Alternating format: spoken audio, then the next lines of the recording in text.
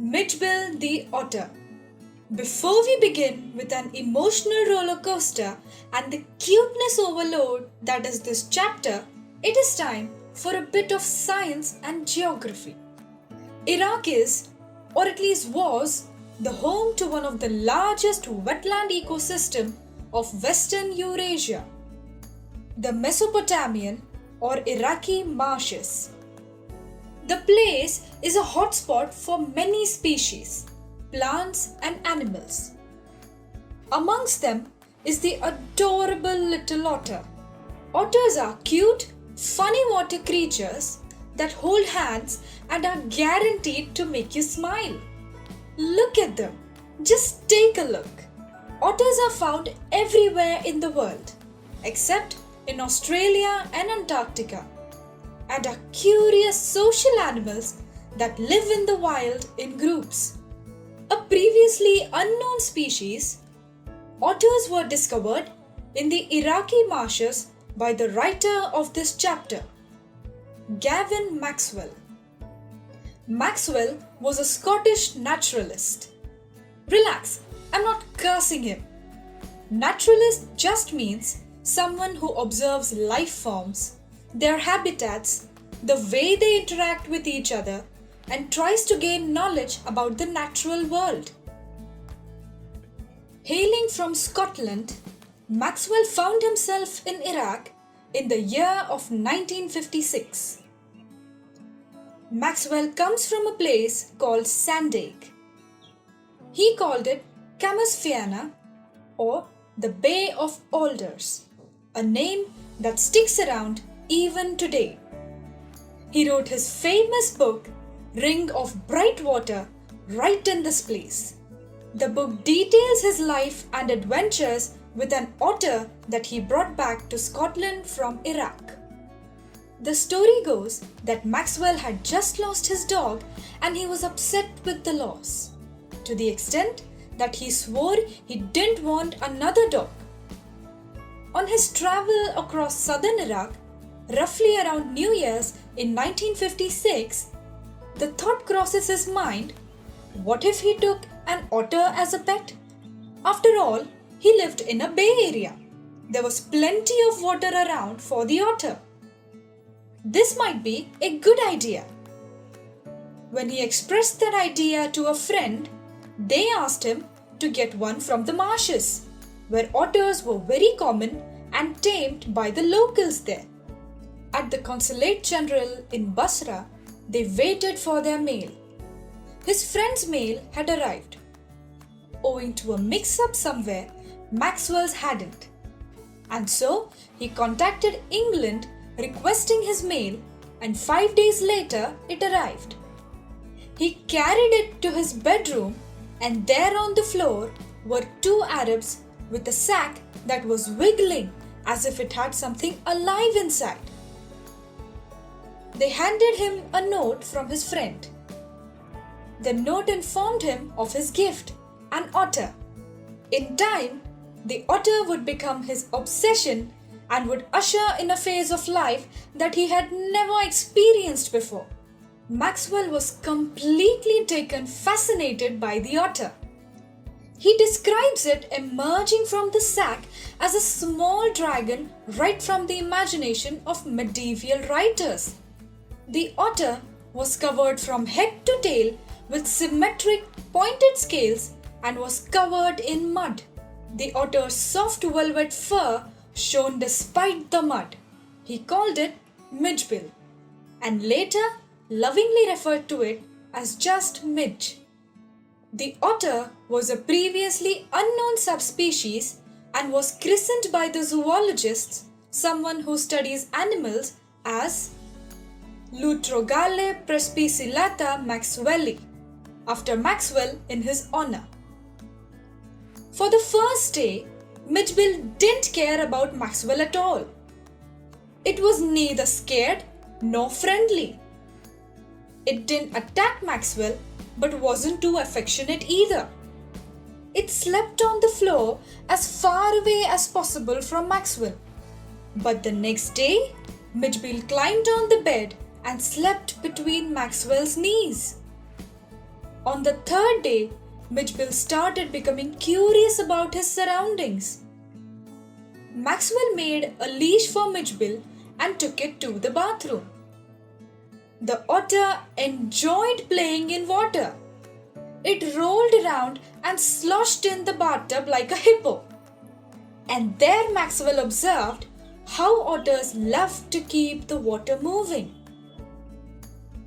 In fact, he, like all other otters, Mijbil loved playing with water so much that it soon taught itself how to open the faucets in the bathtub to fill it with water. In the coming days, Mijbil would begin to follow Maxwell around, respond to its name, and would play with a rubber ball, bouncing it around in the room, and it would juggle small objects between its paws. Mijbil would also lie down on its back and roll around marbles for fun.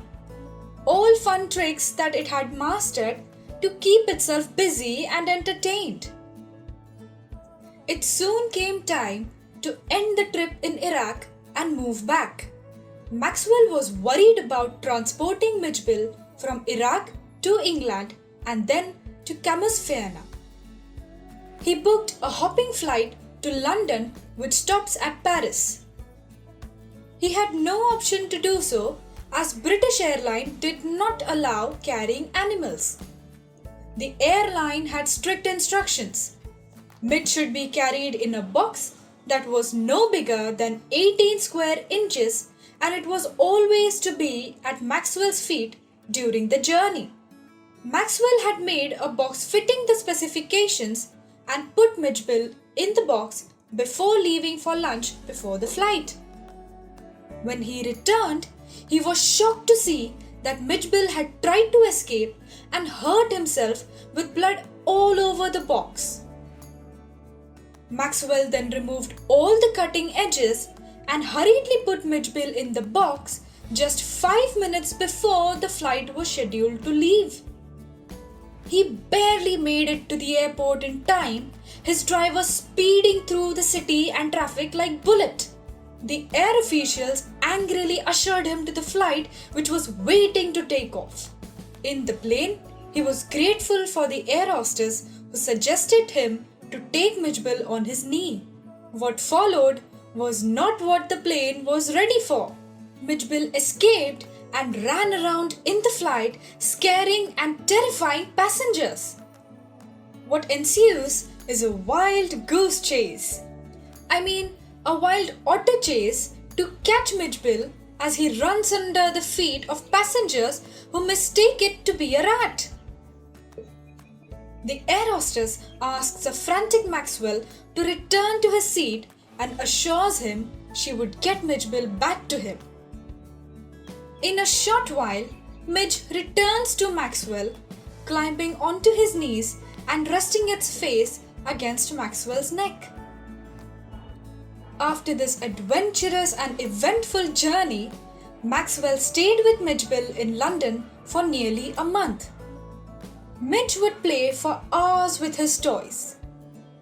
With a broken suitcase, Mijbil devised a game of ping-pong ball and would happily entertain himself with it for long stretches of time. Maxwell would take Mijbil out for walks to keep it fit and healthy. Mijbil would walk around with eccentricities like placing its paw in the center of every tile. Admit it, you do this even today. There was a primary school near Maxwell's house in London. On returning from its walks, Mijbil would run to the wall of the school and jump on it and run across its length, successfully distracting students and the teachers in the school. Not used to such an animal, Londoners would give strange reactions to seeing Mijbil out on the streets. They would keep guessing what kind of an animal it is, and every guess surprised Maxwell more than the next. They called it a badger, a mongoose, a weasel, a stoat, a mink, and all other animals that were in the same animal family as that of an otter. Some wild random answers like a squirrel, a baby seal, a walrus, a bear's cub, a leopard who had changed its spot, and the now extinct brontosaurus would make Maxwell giggle. Mijbil to people was anything but an otter. But the funniest question anyone ever asked Maxwell regarding Mijbil was from a labourer working in the streets of London. On his walks, when Maxwell approached the labourer, he was shocked and angry. All of it looked like a practical joke to him, and in a fit of anger and disgust, he asked, taking personal offence, "What is that supposed to be?" While this chapter has a very nice, entertaining and emotional core, there are some obvious advisories. Otters are wild animals. Following the drainage of marshes by Saddam Hussein, they are now an extremely endangered species in the Iraqi marshes. They stink. Yes, cuteness comes with a price. And are extremely volatile with the capacity of destroying your home in a fit of temperament. It's a bad idea to keep wild animals as pets, folks. Do you have any cute pet stories that you think we should know about? Do let us know.